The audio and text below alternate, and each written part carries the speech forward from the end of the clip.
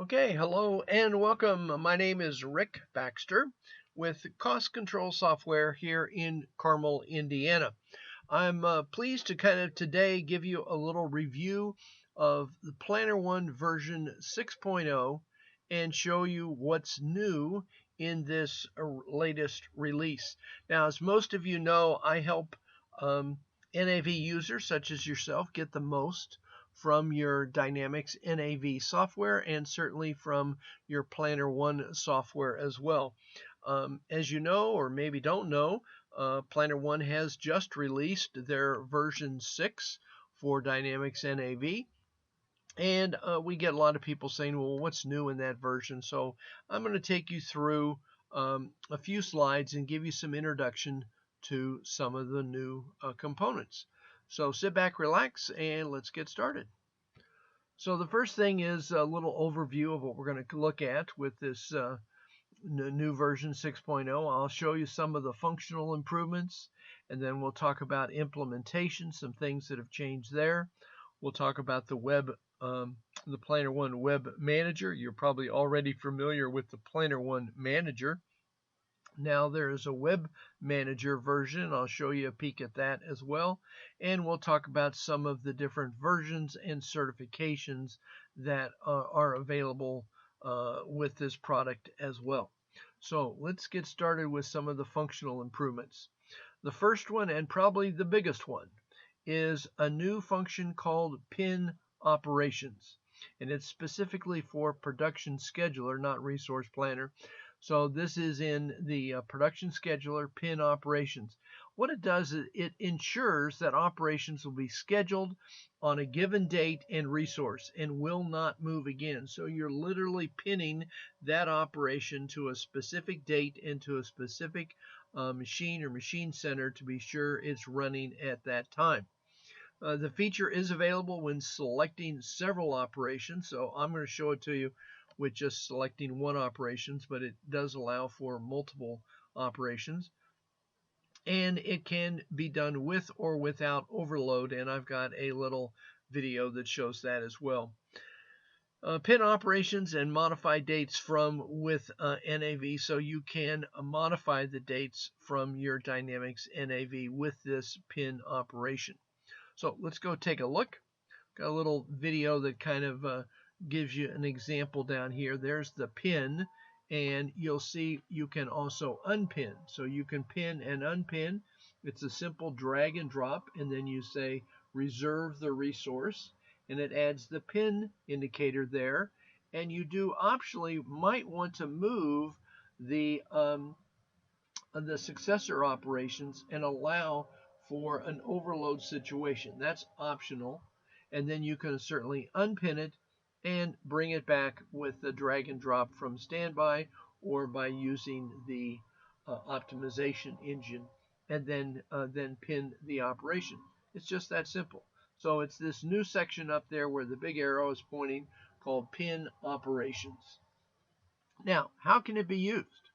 So certainly subcontracted operations, it's great for that because it can force both a start date, which you can send to the subcontractor, and an end date so that the due date can be confirmed by the contractor as well. So a great opportunity for subcontracted kind of operations. We also find that customer visits. Often your customer is going to be visiting your manufacturing facility, and you really want to make sure that your customers' products are running on some machine when they visit your plant. They want to see their things being run. So if you know they're coming next Thursday afternoon, you can literally pin and force some activity of theirs just for their viewing pleasure, and so they know that you're working on their stuff. I think that's a nice feature for customer visits. And you can also make sure that an important production order is scheduled in advance, kind of manually pin that operation to the front by just using that pin function. You can also freeze a long period on a particular machine or freeze the first operation of the week. So there's several uses for this pin operation. Just wanted to point those out to you here. There are some other miscellaneous improvements that you'll see along the way. Better usability, better integration, more analysis, and more what they call clarity. So let me just give you some examples of these things. And first of all, I'm going to talk about Resource Planner is the ability to duplicate activities faster. Now before you had to kind of move them and then right click on it, and it was kind of hard to see, but now you just simply drag and drop and use the right click, and then you can split that operation. There it goes, so you can see it been moved and then split it. So it's being able to duplicate those operations quickly with a very simple drag and drop for those Resource Planner customers. Also managing calendars. Now this applies to both products. It's a new visual drag and drop. You've seen before the ability to close out a period. Here's this close function. And what it basically does, instead of having to click and then enter it, you can now just visually open and drag. See, there's the drag going on. And then putting in a comment such as maintenance, and then the successor operations get pushed back because you're basically closing that period here with the close function. So they've improved the ease of generating those exceptions, and the same applies for opening periods as well.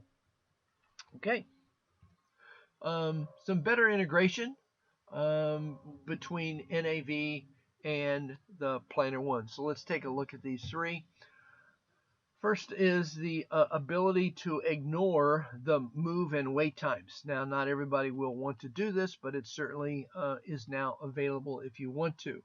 So, you know, the move time and the wait time are these little blue dash marks. You can see them here. This is what it looked like before.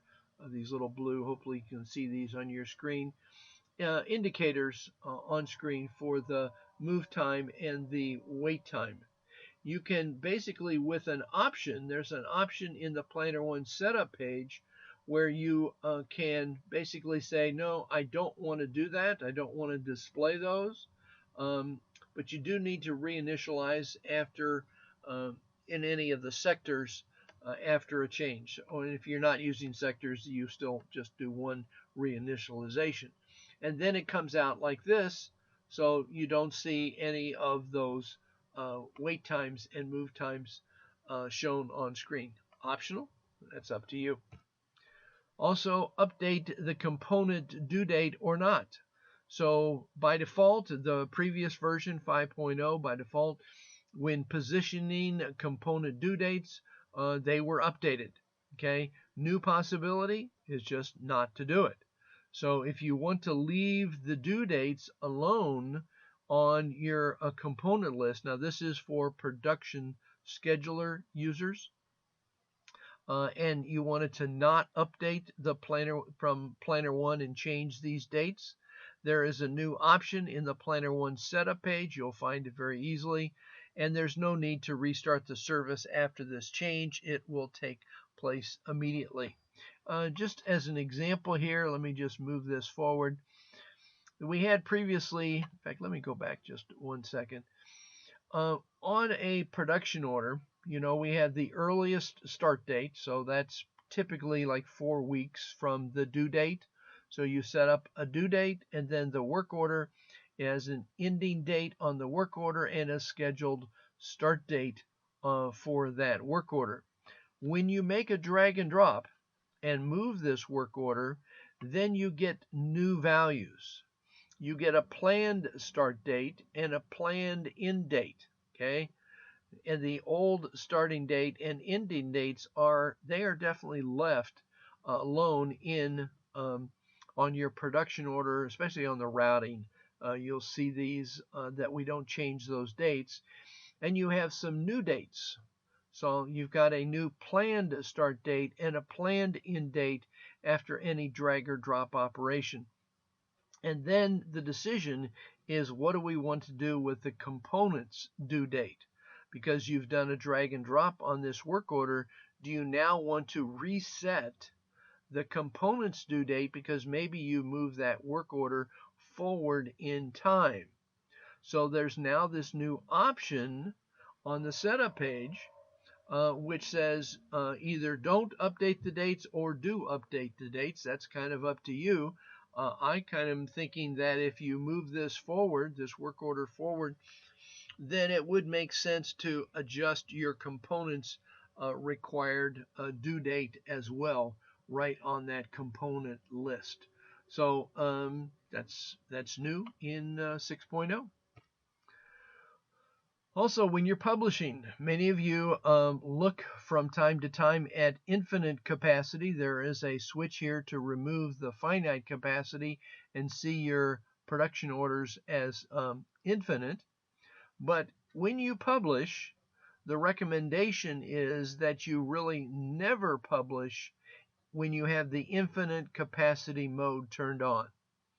So there is now a new warning that comes up. Previously it didn't do this, but now when you hit the publish button here, and if you have infinite capacity active, then you'll get this warning that infinite capacity mode is enabled. Are you sure you really want to publish? We recommend that you don't. So, never publish if the infinite capacity mode is turned on. So that's a little tip from us. Okay, a couple more analysis things. Target dates, analysis in colors, and some production order status information. So let's just kind of take a quick peek here. Resource Planner got a little facelift with the display of the target start and end dates. That's this concept here, the start date and the end date. And now it's per task. So it's actually down at the task level instead of just at the job level. So you see before, this is what it looked like before. Now you actually get the start date and the finish date on the tasks. And then, of course, those are kind of fixed. If you do a drag and drop, then these dates are shown here, what they originally were set at. So again, this is a resource planner kind of thing. When you expand, and don't forget these are shown when you are on the, see it shows right here, the job service Gantt chart. So when we're on the Gantt chart for the job, and you expand that job, then you'll see all of the tasks within the job, and now you've got this nice view showing the start and stops on each of the tasks within your job. Okay. Oh, and I like this one too. This is an analysis of the load chart with colors in Excel. So before, this is pretty much what the load chart looked like in this mode. Now it's much more colorized, and if you'll notice too, and I think there's another slide on this too, but I pointed out here, notice these dates. See these dates, before it was week 1, week 2, week 3, week 4, kind of hard to read. Now they're actually putting the week beginning dates right here on the load chart, and it's definitely much more easier to view it. There's also some new changes on a new color for the status. So you'll see when you do the drop down on the color options for your Gantt chart views, and this is definitely for production scheduler, you can see the status. So you have release status, planned status, firm planned, and simulated orders, and they have their own unique colors on the display. Here's another view of it. You'll see when you hover over released, or if I hover over the planned, if I hover over one of these, that's a firm planned order, and here's an example of a simulated order as well. So just by a simple hover over the colors, it will give you a little pop-up to show you the exact status of that production order. Again, nice. These are all nice little helpful improvements along the way. They also have one called More Clarity. larger columns for easier view, default row height, and a clear load chart, which I think I just showed you that one. But here is, first of all, on the resource Gantt, some columns are wider by default. So before, it was kind of like this, so it was a little bit hard to read. And now, by default, this column is much easier to read because they have a default width that lets the name of your resource show much better. Okay, so that's a nice little change in the 6.0. Also, the row height is a little bit higher by default. Before, it always came in as small, and now the row height comes in as medium. So by default, the row height is medium, and as you can see in the sample here, these are definitely easier to read. So you got the width, nicer width here, as well as a nicer height to each of your stickers, so that it's pretty much easier to read on screen. Okay.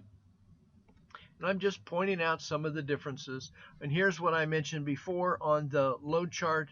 Before, it was week 1, week 2, week 3, week 4. A little bit hard to interpret. Now they put the dates up here, and it makes it much easier to see the exact dates, and it's much more colorized. And don't forget, in the setup areas, there's a place where you can actually determine the colors that you want to use at certain breakpoints for these colors. That's in our Academy class. We cover that. Implementation, I'll just mention this fairly quickly because this doesn't really apply to the end users. It's more to us as consultants that deploy the software. But for us, this is a great change because, first of all, there's no more PlannerOne database. Let me read that again. No more PlannerOne database. That has been eliminated, which makes for a big change in how we install this software. There's major nav integration improvements, and I've shown you many of those already. The installation is based on PowerShell commands and scripts, so it makes it much quicker for us to do the installation because we use this new PowerShell capabilities. Now, your software does have to support PowerShell, and I'll tell you about that in just a second. Automatic detection of installation of the missing prerequisites. If anything is missing, it will warn us quicker when we are doing our installation. So all these little things add up for a much quicker implementation. It's not instantaneous, but it's definitely quicker than it used to be. So why did PlannerOne change the deployment methods? Well, first of all, and most obvious, they wanted something much easier. So that's good for guys like us that install the software. The setup previously was not really suitable for cloud, and it just didn't. It could be done, but it wasn't as cloud friendly. And so now it is much more designed for a cloud environment, whether it's Azure or some other hosted system. We find that it installs much quicker and easier that way. So the provisioning is now done with these scripts, the PowerShell scripts, and we don't. And we found that the administration type people didn't like the way the setups, but they do want a script. So it's much quicker with the scripts. And the install shield, which was the previous method, was a little bit limited in the way that it worked. And now with the new PowerShell, it works much easier. So the big news is definitely no more PlannerOne database. It simplifies the process, it simplifies cloud deployments, and it replaced by files containing simulation data.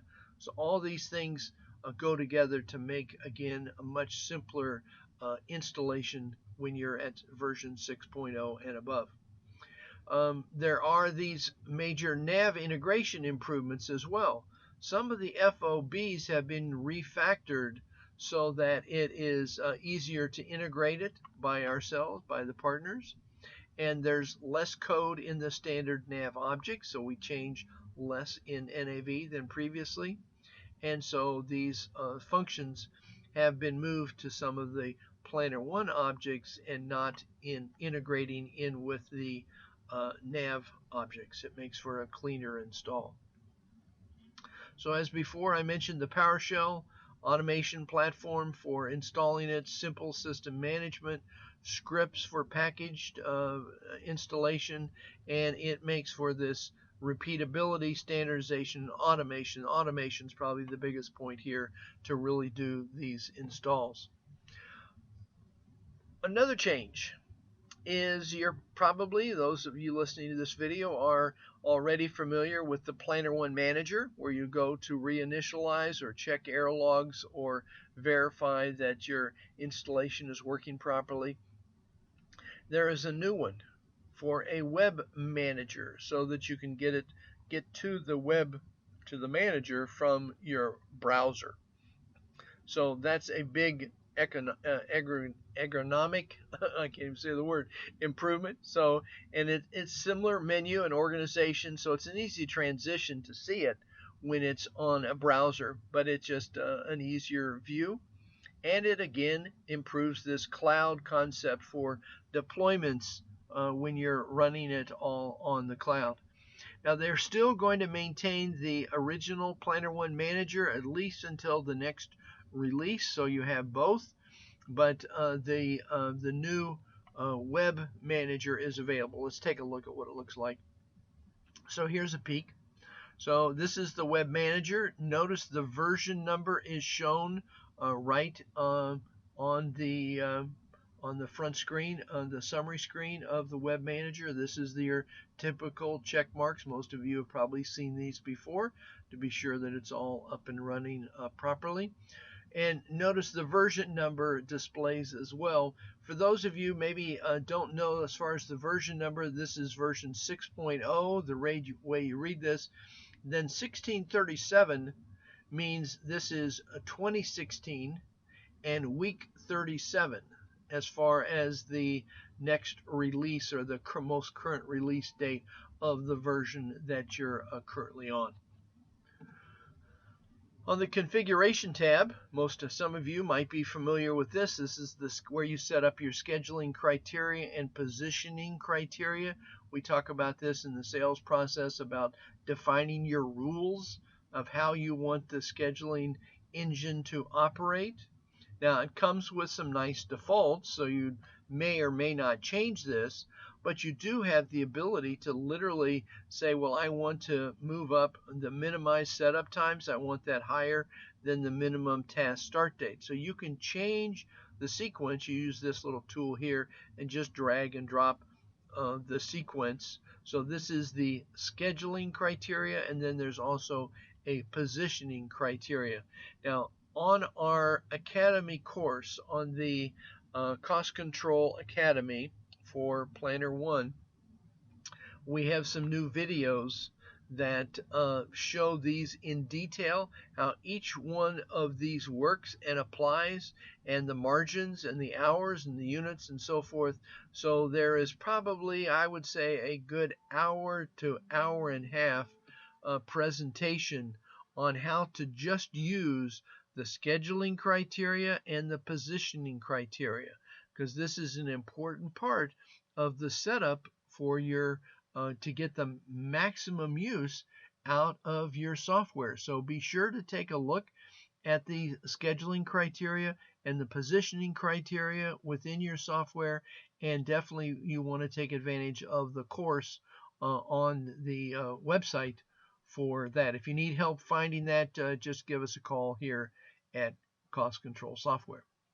Okay, and under the Environments tab, it does show you for Production Scheduler, Resource Planner, the environment name that's being used and whether it's on or not. And then I think there's additional, well, I'll just mention them. The logs, the performance, and statistics are also available via the web manager as well. Okay, so where does version 6 work? So this is important as well. If you're considering upgrading from, let's say, 4.0 or 5.0 of PlannerOne to 6.0, you want to be sure that it's compatible with your version of NAV. And realize that the PlannerOne version tends to be fairly independent of the NAV version. So Planner 6 of PlannerOne will work with any of these four versions: 2013 R2, NAV 2015, NAV 2016, and 2017. So it is independent of the version. So if you have 2016, the NAV, the version 6 will work just fine with your software, even if you have 2015 or 2013 R2. That does require the R2. That is when in that release, that is when the PowerShell scripts became available, and we definitely need those to be able to install the version 6 release. Okay. What about supported versions? So a little comment here. If you are on NAV 2009 R2 or 2013, you can still use PlannerOne version 5. Okay, that is still supported, but it is without the above improvements. So all the improvements that I showed you previously are really only in version 6. That's what I was showing. Version 5 doesn't have those that feature set. And version 5 will work with 2009 R2 and 2013 as well. And okay, so I wanted to mention that. And they have announced, and I don't know if you're aware of this, but if those of you on an older version of PlannerOne 4.1 or earlier, will no longer be supported after April 1st of 2017. So support for version 4.0 and before is going away. It'll only be supporting version 5 and version 6 after April of 2017. Okay, certifications. I do want to mention a couple things here. One, you may or may not be aware that the company Ortums, which produces the product line called PlannerOne and the two versions within that, was purchased recently by a larger company called Dassault Systems. They are a larger scheduling software company, and they also produce 3D printers throughout the world. And they purchased Ortums, and so you will see from time to time as this moves forward, you will see Dassault Systems on many of our communications and information regarding the two PlannerOne products. The name PlannerOne I don't think that is going to change. Okay, that's too well established. PlannerOne Resource Planner and PlannerOne Production Scheduler. But now the owner of the products will be Dassault Systems, not Ortums. They do also have the Microsoft Gold Application Development Certification, the Windows Server 2012 certified, and they're in the process to get certified for NAV 2017 as well. So all these things are good news for our PlannerOne customers. See if I've got anything else. I do want you to know how to ask any follow-up questions. Again, my name is Rick Baxter. I'm with the company Cost Control Software located in Carmel, Indiana, USA. We're the kind of the national distribution center for the US. We do all the sales, support, training, installation on both the production scheduler and resource planner. So certainly if you have any kind of questions whatsoever about this material or other questions about capabilities and so forth, I want you to feel free to reach out to me and either give me a call. Here's the phone number, or here's my email address. You can email me, and I'll be more than happy to respond to any kind of questions you might have about this material or other questions about the scheduling software. Thanks very much for attending this What's New in version 6. I hope this was helpful for you, and appreciate your taking a look. Thank you so much.